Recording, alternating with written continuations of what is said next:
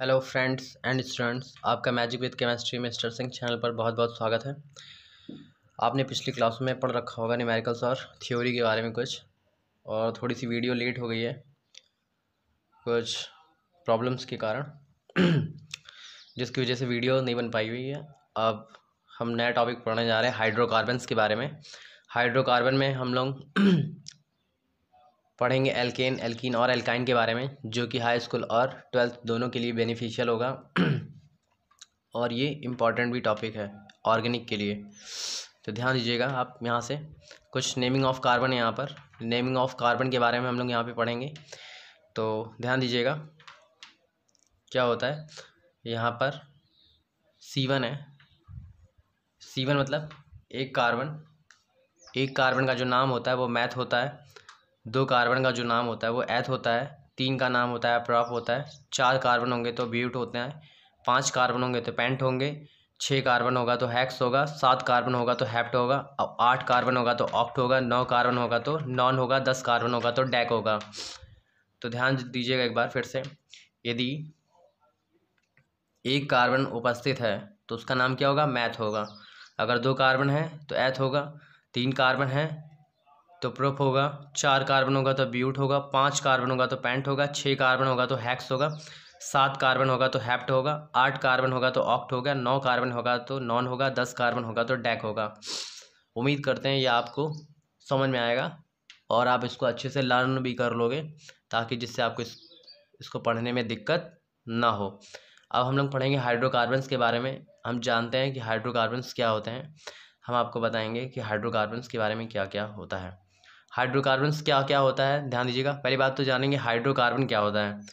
वे hydrocarbon जो hydrogen और carbon से मिलकर बने होते हैं, वे हाइड्रोकार्बन जो हाइड्रोजन और कार्बन से मिलकर बने होते हैं, उन्हें हाइड्रोकार्बन कहते हैं। बेसिक सी डेफिनेशन है, हमें इसमें PhD नहीं करनी है। क्या होता है हाइड्रोकार्बन? वे हाइड्रोकार्बन जो हाइड्रोजन और कार्बन से मिलकर बने होते हैं, उन्हें हम लोग क्या कहते हैं? हाइड्रोकार्बन्स कहते हैं। जैसे यहाँ पे आ गए हाइड्रोकार्बन्स पे आ गए हम लोग। सॉरी। हाइड्रोकार्बन्स क्या होता है? वे हाइड्रोकार्बन जो हाइड्रोजन और कार्बन से मिलकर बने होते हैं, उन्हें हाइड्रोकार्बन कहते हैं। ठीक है, क्योंकि हाई स्कूल वाले एग्ज़ाम में पूछा भी जाता है कि हाइड्रोकार्बन से आप क्या समझते हैं तथा इनके उदाहरण भी दीजिए। तो आपको लिखना पड़ेगा हाइड्रोकार्बन्स के बारे में और फिर इनको आपको एग्जाम्पल भी देने पड़ेंगे।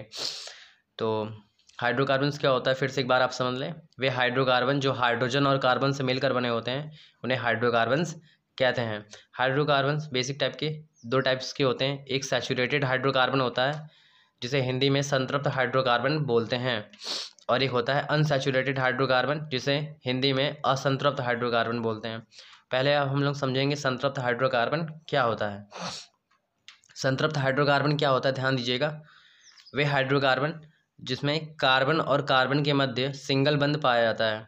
वे हाइड्रोकार्बन जिसमें कार्बन और कार्बन के मध्य सिंगल बॉन्ड पाया जाता है या एकल बंध पाया जाता है, उसे संतृप्त हाइड्रोकार्बन कहते हैं। फिर से सुन लीजिएगा, संतृप्त हाइड्रोकार्बन क्या होते हैं? वे हाइड्रोकार्बन जिसमें कार्बन और कार्बन के मध्य एकल बंध होता है, उसे हम लोग संतृप्त हाइड्रोकार्बन कहते हैं। एकल बंध को हम लोग सिंगल बॉन्ड बोलते हैं। या सीधी सी भाषा, वह हाइड्रोकार्बन जिसमें कार्बन और कार्बन के मध्य सिंगल बॉन्ड पाया जाता है, उसे हम लोग क्या कहते हैं? संतृप्त हाइड्रोकार्बन या सैचुरेटेड हाइड्रोकार्बन कहते हैं। इनका जनरल नेम जो होता है वो एल्केन होता है। इनका जनरल नेम क्या होता है भैया? एल्केन होता है। इनका जनरल नेम एल्केन होता है और इनका जनरल फार्मूला जो होता है वो CnH2n+2 होता है, जहाँ n कार्बन परमाणुओं की क्या होती है? संख्या होती है। जहाँ n कार्बन परमाणुओं की संख्या होती है। जैसे अब हम लोग एग्जांपल की बात करेंगे। यहाँ पे n की जगह पर नंबर ऑफ कार्बन रखेंगे। n की जगह पर हमने माना पहला एक कार्बन रखते हैं, ठीक है। n की जगह पर 1 रखेंगे, तो जैसे आप 1 रखेंगे तो क्या हो जाएगा? C1H2 × 1+2। तो अब इसको देखेंगे तो 2 × 1 = 2 और 2 4 हो जाएगा, तो CH4 हो जाएगा। तो अब हम जान रहे हैं कि यहाँ पे कितने कार्बन उपस्थित हैं? एक कार्बन है। और अभी हम पढ़ के आए हैं एक कार्बन को क्या बोलते हैं? देखिए, एक कार्बन को मैथ बोलते हैं। क्या बोलते हैं भैया? मैथ बोलते हैं। तो मैथ जोड़ देंगे और इनके लास्ट के नाम में सफिक्स जो लगाएंगे हम लोग, वो क्या लगाएंगे? एन लगाएंगे। लास्ट में क्या लगाएंगे? एन। तो लास्ट में देखिए एन लगा देंगे तो आप हो जाएगा मेथेन। क्या हो जाएगा? मेथेन हो जाएगा। ठीक है, उम्मीद करता हूँ आपको ये चीज़ समझ में आ रही होगी। बहुत ही आहिस्ता आहिस्ता समझा रहे हैं हम आपको। अगर हम यहाँ पे n की जगह पर 2 रख दें, अगर हम कार्बन परमाणु की संख्या कितनी ले लें, 2 ले लें, तो यहाँ पर n का मान 2 रखेंगे तो क्या हो जाएगा, C2H2 इंटू 2 प्लस का 2, तो 2 दूनी 4 और 2 6, तो C2H6 हो जाएगा। क्या हो जाएगा भैया, C2H6 हो जाएगा। और जैसे C2H6 होगा तो आप ध्यान दोगे कि यहाँ पे कार्बन की जो संख्या है वो कितनी हो गई है, 2 हो गई है। और जब 2 हो गई है तो अभी हमने आपको बताया कि 2 कार्बन को क्या बोलते हैं, तो आप बताओगे भैया एथ बोलते हैं। क्या बोलते हैं, एथ। और वो आपने क्या बोला, एथ बोल देंगे, तो हम लिख देंगे एथ। और आप जानते हैं कि सैचुरेटेड हाइड्रोकार्बन में जो सफिक्स लगाते हैं, क्या लगाते हैं हम लोग, एन लगाते हैं। मतलब सफिक्स वो होता है जो कार्बन के नाम के बाद लिया जाता है, उससे हम लोग क्या बोलते हैं, सफिक्स लेते हैं। एथेन क्या हो जाएगा, ये एथेन हो जाएगा। ठीक है भैया, ठीक है। अगर हम मान लें एन की जगह पर क्या रख दें, 3 रख दें। एन की जगह पे आप जैसे ही 3 रखोगे, एन की जगह पे आप 3 रखें तो क्या हो जाएगा, C3H2 इंटू 3 प्लस का 2। ठीक है, तो ध्यान देंगे C3 3 दूना 6 2 8, C3H8 आ गया। क्या हो गया भैया, C3H8 हो गया। अब आप कहोगे 3 कार्बन है, तो 3 कार्बन को क्या बोलेंगे, प्रोप बोलेंगे, तो प्रोप लिख देंगे। और आपको तो मालूम है बहुत अच्छे से कि जो सैचुरेटेड हाइड्रोकार्बन होता है उसके लास्ट के नाम में क्या लगाते हैं, एन लगाते हैं। यही हमारा क्या होता है, सफिक्स होता है। तो नाम क्या हो जाएगा, प्रोपेन हो जाएगा। उम्मीद करते हैं ये चीज़ आपको समझ में आ रही होगी। यदि वीडियो में आपके कहीं भी दिक्कत होती है तो आप हमें कमेंट्स बॉक्स में मैसेज कर दें, ताकि हम आपकी सारी दिक्कत को दूर कर सकें और आप बहुत अच्छे से उसको पढ़ाई कर सकें। और इस वीडियो को आप ज़्यादा से ज़्यादा अपने दोस्तों में शेयर करें। और आप कोरोना का फ़ायदा बिल्कुल मत उठाएं कि आपके दिमाग में अगर ये सेट हो जाता है कि कोरोना आ गया है और अब हम लोग प्रमोट हो जाएंगे, पढ़ाई कर रहे हैं, कि ज़रूरत नहीं है, तो आप ऐसा बिल्कुल मत सोचिए। क्योंकि पढ़ाई नहीं करेंगे तो आगे आने वाले समय में बहुत ज़्यादा दिक्कत हो जाएगी आपको। क्योंकि अगर अभी कोरोना का फ़ायदा लेकर के आप प्रमोट भी हो जाएंगे, तो अगर आप आगे कल को तैयारी भी करते हैं तो जब आपका बेसिक क्लियर नहीं होगा तो आप कोई भी एग्ज़ाम क्लियर नहीं कर पाएंगे, जिससे आपको बहुत ज़्यादा तकलीफ़ होगी और दिक्कत होगी। इस वजह से आप किसी भी चीज़ को अवॉइड ना करें। आपका जो मेन मोटो है पढ़ाई का, वो आप पढ़ाई करते रहें मन से। पढ़ाई को बीच में बिल्कुल स्टॉप मत करिएगा। कोरोना का फ़ायदा मत उठाइएगा। और हाँ, आप जो है सावधानी से रहें, अपने घर में सेफ रहें, सुरक्षित रहें और मन से पढ़ाई करें। और मैं आपको वीडियो प्रोवाइड कर ही रहा हूँ, जिससे आपको कोई भी दिक्कत नहीं होगी। ठीक है भैया, अब हम लोग पढ़ेंगे अनसैचुरेटेड हाइड्रोकार्बन के बारे में। क्या होता है अनसैचुरेटेड हाइड्रोकार्बन, ध्यान देंगे। अनसैचुरेटेड हाइड्रोकार्बन को हिंदी में बोलते हैं असंतृप्त हाइड्रोकार्बन। क्या बोलते हैं भैया, असंतृप्त हाइड्रोकार्बन बोलते हैं। ठीक है, असंतृप्त हाइड्रोकार्बन बोलते हैं। असंतृप्त हाइड्रोकार्बन क्या होते हैं, वे हाइड्रोकार्बन, सबसे पहले तो ध्यान देंगे असंतृप्त हाइड्रोकार्बन को हमने 2 भागों में डिवाइड कर रखा हुआ है। पहला, वे हाइड्रोकार्बन जिसमें कार्बन कार्बन के मध्य डबल बॉन्ड पाया था उसे हम लोग एल्कीन बोलते हैं। और वे हाइड्रोकार्बन जिसमें कार्बन कार्बन के मध्य ट्रिपल बॉन्ड पाया जाता है उसे एल्काइन बोलते हैं। यानी अनसैचुरेटेड हाइड्रोकार्बन को 2 भागों में डिवाइड कर रखा हुआ है। पहला तो जिसमें डबल बॉन्ड रहते हैं कार्बन कार्बन के बीच, और दूसरा वो जिसमें कार्बन कार्बन के बीच ट्रिपल बॉन्ड पाया जाता है। अब हम ध्यान देंगे ऐसे सैचुरेटेड कार्बन जिसमें कार्बन कार्बन के बीच क्या होता है, डबल बॉन्ड पाया जाता है। इनका जो जनरल नेम होता है वो एल्कीन होता है।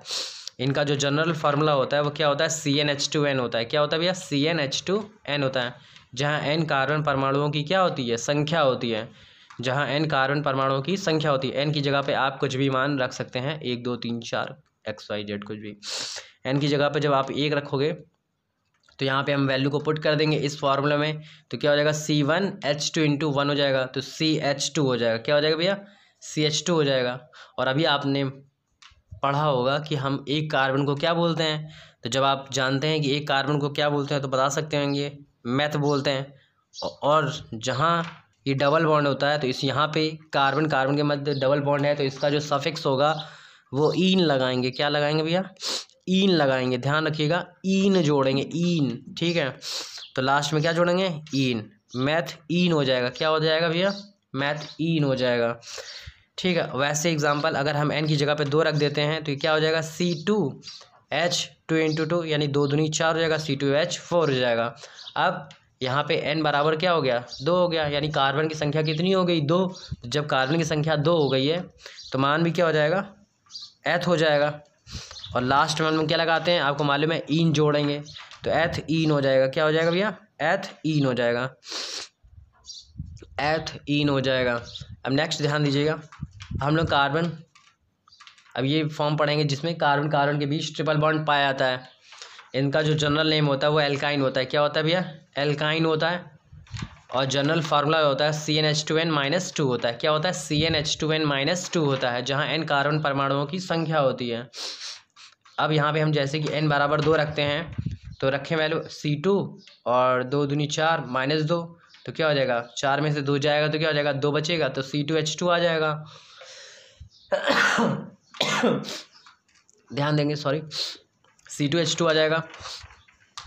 और जब C2H2 आ जाएगा तो अब हम जानते हैं कि क्या जानते हैं, ध्यान दीजिए, n का मान 2 है तो कार्बन का मान क्या हो जाएगा, एथ हो जाएगा, एथ। और लास्ट में हम लोग क्या जोड़ेंगे, इसके सफिक्स में आइन जोड़ेंगे। क्या जोड़ेंगे भैया, आइन जोड़ेंगे, तो एथ आइन हो जाएगा। क्या हो जाएगा, एथ आइन।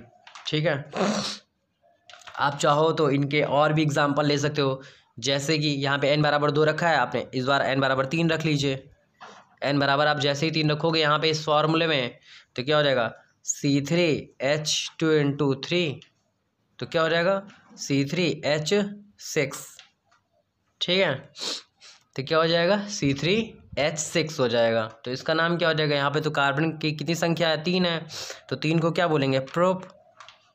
और लास्ट में आपको मालूम है कि डबल बॉन्ड वाला फार्मूला है, तो लास्ट में सफिक्स क्या लगाते हैं, तो ईन लगाते हैं, तो क्या नाम हो जाएगा, प्रोपीन हो जाएगा।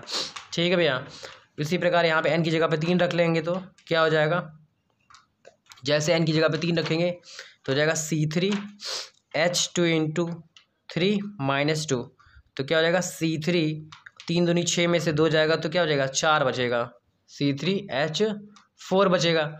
और जब C3H4 बचेगा तो आपको तो बहुत अच्छे से मालूम है कि जब कार्बन की संख्या 3 होती है तो उसका नाम क्या होता है, प्रोप होता है।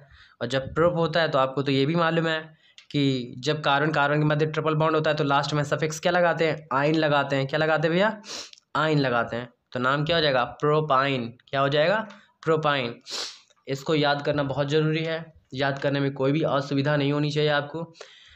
सबसे पहले हम लोग हाइड्रोकार्बन के बारे में क्या पढ़ेंगे, हाइड्रोकार्बन क्या होता है, वे हाइड्रोकार्बन जिसमें कार्बन कार्बन के मध्य, गलत बात ऐसे नहीं बताना है, वे हाइड्रोकार्बन जो हाइड्रोजन और कार्बन से मिलकर बने होते हैं उन्हें क्या कहते हैं, हाइड्रोकार्बन कहते हैं। ठीक है, हाइड्रोकार्बन वैसे तो बेसिक टाइप के 2 टाइप के होते हैं, सैचुरेटेड हाइड्रोकार्बन और अनसैचुरेटेड हाइड्रोकार्बन। सैचुरेटेड की बात करें तो क्या होता है, वे हाइड्रोकार्बन जिसमें कार्बन कार्बन के मध्य सिंगल बॉन्ड पाया जाता है उसे सैचुरेटेड हाइड्रोकार्बन कहते हैं। ठीक है, और इनका जो सफिक्स है लास्ट में हम लोग एन लगाते हैं। ध्यान देंगे, हम लोग क्या लगाएंगे, एन लगाएंगे। और इनका जो जनरल नेम होता है वो क्या होता है, एल्केन होता है। और जनरल फार्मूला क्या होता है, वो CnH2n+2 होता है, जहाँ n कार्बन परमाणुओं की संख्या होती है। एग्जाम्पल हम लोग n की जगह पे 1 रख लेंगे, 2 रख लेंगे, या 3 रख लेंगे, या 4 रख लेंगे, कुछ भी रख लेंगे। ठीक है, तो जैसे मान रखेंगे तो आपके सामने एक वैल्यू निकल के आ जाएगी, CH4, C2H6 और C3H8। तो जैसे आप मान रखोगे आपके पास ये मान आ जाएंगे, और जितने कार्बन उसका उतना ही मान हो जाएगा। जैसे 1 कार्बन है तो 1 कार्बन का नाम क्या हो जाएगा, मैथ हो जाएगा। अगर 2 कार्बन होगा तो एथ हो जाएगा, 3 होगा तो प्रोप होगा, 4 होगा तो ब्यूट होगा। ठीक है, उसी प्रकार हम लोग अनसैचुरेटेड हाइड्रोकार्बन की बात करेंगे। अनसैचुरेटेड हाइड्रोकार्बन को 2 भागों में डिवाइड कर रखा हुआ है, एक डबल बॉन्ड में और एक ट्रिपल बॉन्ड में। डबल बॉन्ड में और ट्रिपल बॉन्ड में। डबल बॉन्ड वाले क्या होते हैं, जिसमें कार्बन कार्बन के मध्य डबल बॉन्ड पाया जाता है, उन्हें डबल बॉन्ड या द्विबंध कहते हैं। और इनका जो सफिक्स होता है वो ईन होता है। अगर ट्रिपल बॉन्ड वाले की बात की जाए, इसमें कार्बन कार्बन के मध्य ट्रिपल बॉन्ड पाया जाता है, और लास्ट में इनका सफिक्स जो क्या लगाते हैं, आइन लगाते हैं। ठीक है भैया, अगर डबल बॉन्ड की बात करें तो इनका जो जनरल नेम होता है वो एल्कीन होता है। जनरल फार्मूला जो होता है वो CnH2n होता है, जहाँ n कार्बन परमाणुओं की संख्या होती है। n का मान रख देंगे, वैल्यू आ जाएगी। और हम जानते हैं कार्बन का मान क्या होता है, C1 होगा तो मैथ होगा, C2 होगा तो एथ होगा। ठीक है, वैसे हम लोग इसका मान फाइंड आउट कर लेंगे। ठीक है, एक और चीज़ बताने वाली है, उसको हम आपको नेक्स्ट वीडियो में चर्चा करेंगे और आपको बताऊंगा कि कैसे फाइंड करना है। और हाँ, एक जैसे कि आपको ये याद करने फार्मूला याद करने में दिक्कत होती है, तो एक इसकी छोटी सी ट्रिक है। आप चाहो तो इस छोटी सी ट्रिक से आप इस फार्मूले को बहुत ही आसानी से याद कर सकते हो। अगर एल्कीन कहता है तो 2 जोड़ देंगे, अगर एल्कीन कहता है तो 2 हटा देंगे, ठीक है। और जब एल्काइन कहता है तो 2 घटा देंगे, है ना। आप चाहे बोल सकते हो 2 जोड़ो 2 छोड़ो और 2 हटाओ, 2 जोड़ो 2 छोड़ो और 2 हटाओ। या ये बोल सकते हैं 2 ऐड करेंगे फिर हटा देंगे फिर घटा देंगे, है ना। तो सबसे पहले 2 जोड़ना है तो क्या कर देंगे CnH2n+2, 2 छोड़ना है तो CnH2n हो जाएगा, ठीक है। अगर 2 घटाना है तो CnH2n-2 हो जाएगा, है ना, ईजी। तो आप चाहो तो कोई पूछ भी ले आपसे कि बताइए एल्कीन का फॉर्मूला क्या होता है, तो आप बताइए CnH2n+2, क्योंकि इसमें 2 जोड़ना होता है। कोई पूछ ले एल्कीन का क्या होता है तो आपको मालूम है इसमें 2 छोड़ना होता है तो CnH2n हो जाएगा। कोई पूछ ले कि एल्काइन क्या होता है तो आपको मालूम है इसमें 2 घटाना होता है या 2 हटाना होता है, CnH2n-2 हो जाएगा, ईजी सा है, ठीक है। अगर आपसे पूछ ले डायरेक्टली बताओ 4 कार्बन के लिए एल्कीन का फॉर्मूला क्या होता है, तो आपके दिमाग में चलना चाहिए क्या होता है, CnH2n+2 होता है, जहाँ n कार्बन परमाणुओं की संख्या होती है। यहाँ पे कितने कार्बन के लिए बोल रखा है, 4 के लिए बोल रखा है, तो आप n की जगह पे 4 रखिए। तो पहले 4 रखेंगे, फिर 2 का गुणा करना है और फिर उसमें 2 जोड़ देना है, तो 4 दूनी 8 2 10, यानी C4H10, दिस इज ब्यूटेन, ठीक है। अगर आपसे पूछ ले 5 कार्बन के लिए बताइए तो क्या करना है, 5 को पहले जो भी नंबर बोले आप उसको एक पॉकेट में उसको डाल लो, बाकी उसका 2 का मल्टीप्लाई करके उसमें 2 ऐड कर दो, 5 दूनी 10 2 12। पहला पॉकेट में क्या डाल रखा था आपने C5, लास्ट वाला क्या निकल के आया 12, तो C5H12 आ गया, ठीक है। अगर आपसे प्रोपेन के लिए पूछे कि फार्मूला बताइए प्रोपेन के लिए फार्मूला क्या होता है, तो आप सफिक्स पे गौर करिएगा। एन बोल रहा है ना, तो जाहिर सी बात वो सैचुरेटेड हाइड्रोकार्बन है या संतृप्त हाइड्रोकार्बन है या एल्केन है, ठीक है। यानी उसके सफिक्स के नाम से आप ये फाइंड आउट कर सकते हैं कि ये किसकी वैल्यू है, एल्केन की है या एल्कीन है की है या एल्काइन की है। अगर वो बोल रहा है प्रोपेन तो आपके दिमाग में तुरंत क्लिक करना चाहिए भैया ये तो एल्कीन है, हमारा सैचुरेटेड हाइड्रोकार्बन की बात कर रहा है। तो प्रोपेन बोल रहा है, प्रोप कितने कार्बन को बोलते हैं, 3 कार्बन को बोलते हैं, तो n की जगह पे आप 3 रखिए। तो जो भी नंबर होगा आप उसको पहले पॉकेट में रख लेंगे, फिर उसका 2 से मल्टीप्लाई, फिर उसमें 2 जोड़ देंगे, है ना। तो 3 दूनी 6 2 8, तो पहला जो पॉकेट में रखा था उसको निकालेंगे बाहर C3, और जो लास्ट में आया है H8, तो C3H8 हो जाएगा। तो ये हमारा क्या हो जाएगा, प्रोपेन हो जाएगा, ठीक है। उसी प्रकार से एल्कीन की बात करता है तो CnH2n होता है, तो CnH2n में भी जहाँ n कार्बन परमाणु की संख्या होती है, n का मान आप 2 रखेंगे, तो इसमें भी मल्टीप्लाई करना होता है, 2 दूनी 4 C2H4 हो जाएगा।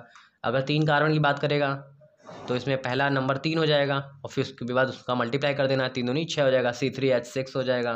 तो 3 कार्बन क्या हो जाएगा, प्रोपीन हो जाएगा। यानी आपको पता करना है, पता करने का बहुत ही आसान तरीका है, आपको ध्यान रखना होगा कि उसका सफिक्स क्या है, ठीक है। सफिक्स एन बोल रहा है तो आप जाहिर सी बात वो एल्केन होगा, अगर वो ईन बोल रहा है तो जाहिर सी बात एल्कीन होगा, अगर वो आइन बोल रहा है तो जाहिर सी बात वो एल्काइन होगा, ठीक है ना। उम्मीद करते हैं यह वीडियो आपको समझ में आया होगा। आप इस वीडियो के तौर पर काफ़ी कुछ चीज़ों को समझ सकते हैं, क्योंकि ये बेसिक है आपका। जब बेसिक अच्छा रहेगा तो आगे आने वाली जितनी भी ऑर्गेनिक की चीज़ें आप उनको बहुत ही अच्छे से समझ पाओगे और आपको कोई भी दिक्कत नहीं होगी। आप इस वीडियो को ज़्यादा से ज़्यादा शेयर करें, लाइक करें, सब्सक्राइब करें और सपोर्ट करें। इस वीडियो को आप पूरा देखें, बीच में कहीं भी स्किप ना करें। अगर आप वीडियो को पूरा नहीं देखते हैं तो आपका आधा अधूरा कॉन्सेप्ट आपके लिए ख़तरनाक बन सकता है, और कोरोना का फ़ायदा बिल्कुल मत उठाइएगा। और ये मत सोचिएगा कि सिर्फ हमें प्रमोट होना है, गवर्नमेंट हमको प्रमोट कर देगी और मेरी बल्ले बल्ले हो जाएगी, मुझे पढ़ाई करने से कोई मतलब नहीं, ऐसा बिल्कुल मत सोचिएगा, क्योंकि आपकी मेहनत ही आगे चलकर काम आने वाली है। भले आप प्रमोट अभी कर दिए जाए, आपको एग्ज़ाम ना देने दिया जाए, मगर अगर आप अभी से पढ़ाई करते रहोगे कंटिन्यू, तो यही पढ़ाई आपको आगे आने वाले समय में काफ़ी हेल्पफुल रहेगी और आपको कभी भी कोई दिक्कत नहीं होगी। तो आप इस चीज़ का गलत फ़ायदा बिल्कुल मत उठाएं। आप बिल्कुल अपने घर पे सेफ रह करके बढ़िया से पढ़ाई करें और सुरक्षित रहें। उम्मीद करता हूँ आपको मेरी बातें सारी समझ में आई होंगी और आप इस वीडियो को अच्छे से देखिएगा, ध्यान से समझिएगा। धन्यवाद, शुक्रिया।